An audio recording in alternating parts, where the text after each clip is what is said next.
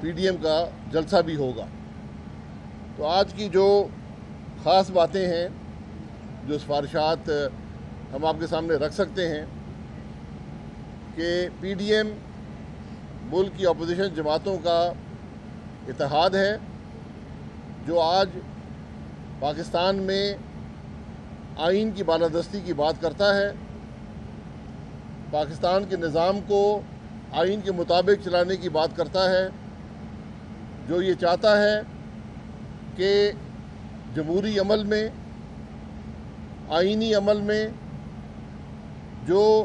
غیر آئینی اور غیر قانونی مداخلت ہے اس کو ختم کیا جائے، جو ملک کے معاملات ہیں ان کو آئین کے مطابق چلایا جائے، تمام ادارے آئینی حدود میں رہیں اور ملک کی بہتری کے لیے کام کریں، کیونکہ جو مشکلات آج ملک کو درپیش ہیں، جو تکالیف آج ملک کے عوام کو درپیش ہیں، ان کی واحد وجہ آئین سے انحراف ہے۔ اور جو کچھ 2018 کے الیکشن میں ہوا، جو کچھ اس الیکشن کے بعد حکومت نے کیا، جو اس حکومت کی ناکامیاں 3 سال کی ہیں، ان کی واحد وجہ 2018 کے الیکشن کی چوری ہے۔ اور جب تک اس ملک کے نظام کو آئین کے مطابق نہیں کیا جائے گا، پاکستان کے عوام کی مشکلات ختم نہیں ہو سکتی۔ اور جب تک الیکشن کا نظام شفاف نہیں ہوگا، اس میں ہر قسم کی مداخلت ختم نہیں ہوگی، تو یہ بات بڑی واضح ہے کہ پاکستان میں جمہوریت پنپنے نہیں پائے گی اور پاکستان آگے نہیں بڑھ سکے گا۔ اسی بات کا اعادہ آج تمام جماعتوں نے کیا، اور جو پی ڈی ایم کا چارٹر تھا ستمبر 2021 کا، اس کی مکمل تائید تمام جماعتوں نے کی، اور اس کے اندر جو معاملات جن کا خدشہ ہم نے اظہار کیا تھا وہ باتیں درست ثابت ہوئیں، اور آج ملک کی ضرورت ہے کہ ہم اپنے نظام کی اصلاح کریں، اس کو آئین کے مطابق کریں، تاکہ ملک جو اندرونی اور بیرونی خطرات ہیں ان کا مقابلہ کر سکے۔ اس اجلاس میں ایک شیڈیول بھی طے کیا گیا جس کے تحت جلسے اور ریلیز ملک کے اندر ہوں گی پی ڈی ایم کے تحت، اور یہ شیڈیول جو ہے یہ سربراہی اجلاس کے سامنے 28 اگست کو رکھا جائے گا، اور اس کے بعد اس کا اعلان کیا جائے گا۔ اس اجلاس نے جو نام نہاد الیکٹورل ریفارم اس ملک کے اندر پیش کیے جا رہے ہیں، جو آئین سے متصادم ہیں، جو قانون سے متصادم ہیں، اور جن کا ایک عکس جو ہے وہ الیکٹرانک ووٹنگ مشین کی صورت میں آج اس کی تشہیر کرنے کی کوشش کی جاتی ہے، یہ صرف ایک طریقہ ہے الیکشن کی چوری کو سہولت دینا، الیکشن کی چوری میں معاونت کا طریقہ ہے، اس کا اور کوئی اس کا مقصد نہیں ہے۔ یہ سارا معاملہ ایک بدنیتی پر مبنی ہے، اور پی ڈی ایم اس کو پہلے ہی رد کر چکی ہے، اور آج تمام جماعتوں نے پھر اس بات پر اتفاق کیا کہ یہ جو یک طرفہ نام نہاد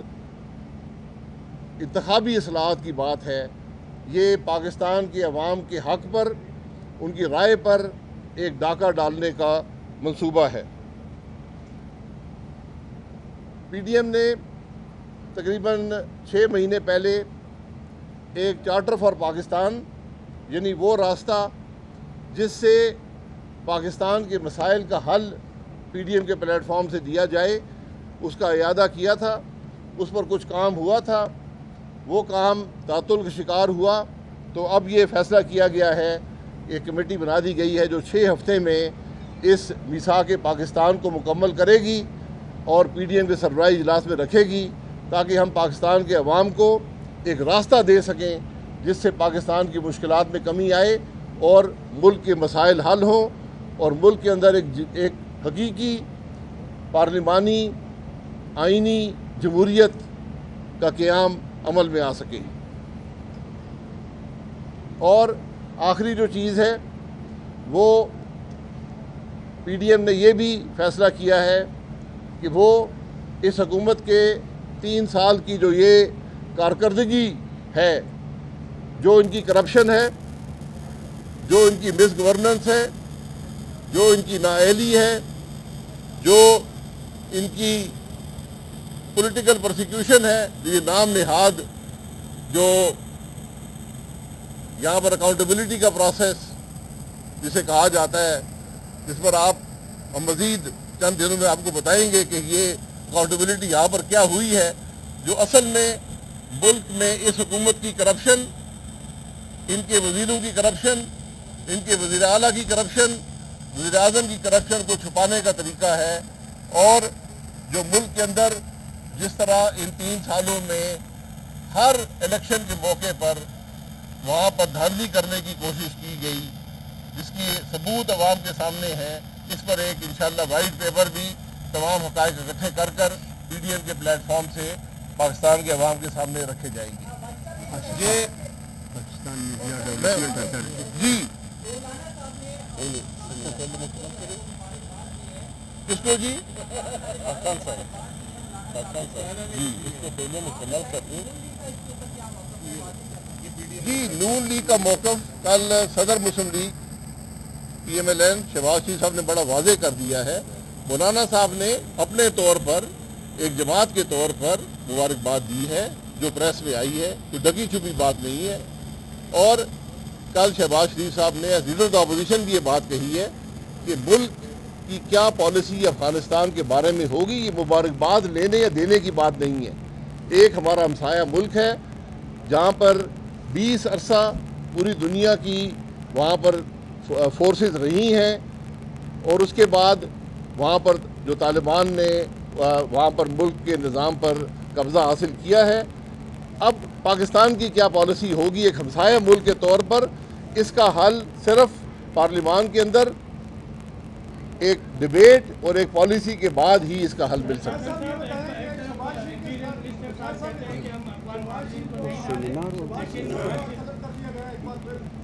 جی میں گزارش کر دوں جی، میٹرو بس اسکینڈل میں بلائیں، کسی اسکینڈل میں بلائیں، الحمدللہ یہ 3 سال میں کوئی اسکینڈل ملا نہیں ہے، تو اب میٹرو بس کے پروجیکٹ میں پودے لگانے کا اسکینڈل ملا ہے۔ تو میں مبارکباد دیتا ہوں چیئرمین نیب کو کہ جاتے جاتے یہ اپنی بدنامی بھی بول لے لیں۔ جی آپ نے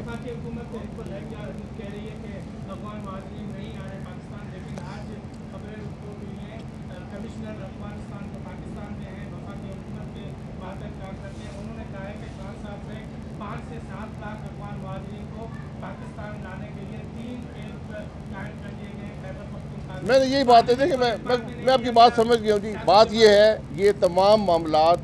پارلیمان میں مشترکہ اجلاس میں پالیسی بنانے کی ضرورت ہے جس پر سارا پاکستان متفق ہو۔ یہ وہ معاملہ ہے، کسی جماعت کا معاملہ نہیں ہے، یہ ملک کا معاملہ ہے، اور اس کو اتفاق رائے سے حل کرنے کی اور پالیسی بنانے کی ضرورت ہے۔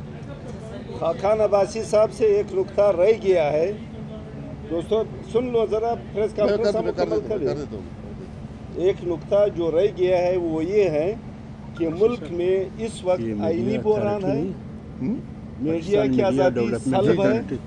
عدلیہ کی آزادی سلب ہو چکی ہے، معیشت تباہی کے دہانے پر ہے، اور ملک عالمی طور پر تنہائی کا شکار ہے۔ ان ایشوز پہ ہم مرکز میں اور صوبائی دارالقوتوں میں سیمینارز منعقد کریں گے۔ آپ سب دوستوں کو، ماہرین کو اس حوالے سے وہاں بلوائیں گے، اور بلوانے کے بعد جو انپٹ آپ لوگ دیں گے یہ ہم اپنے عوام تک پہنچائیں گے، اور اس کے بعد باقی جو کام ہے یہ اس دوران ہم کرتے رہیں گے۔ تو یہ ایشو رہ گیا ہے لیکن یہ ہم انشاءاللہ تعالیٰ اسی دوران کریں گے۔ ٹھیک ہے جی، یہ جو معاملہ زیارت اقبال صاحب نے ذکر کیا ہے، اس سے بھی آگے جو آج ملک میں پریس کی آزادی کو سلب کیا جا رہا ہے، صرف ٹیلی فونوں کے ذریعے نہیں، صرف لوگوں کو نوکری سے نکال کے نہیں، بلکہ باقاعدہ اب ایک قانون لا کر پریس کی آزادی کو مزید سلب کرنے کی کوشش ہے۔ اس میں ہم میڈیا کے ساتھ ہیں۔ پریس کی آزادی کے بغیر کوئی جمہوری عمل کامیاب نہیں ہو سکتا، اور پھر جو اس وقت اعلیٰ عدلیہ کے اندر ہو رہا ہے یہ معاملات بھی ملک کے لیے بڑے تشویشناک ہیں کہ آج جس طرح اعلیٰ عدلیہ کے اندر مداخلت کی جا رہی ہے، جو عمل وہاں پر ہو رہا ہے، یہ پورے ملک کے لیے شرمندگی کا باعث بھی ہے اور اس پر ہم تشویش کا اظہار بھی کرتے ہیں۔ ٹھیک ہے جی، بہت شکریہ۔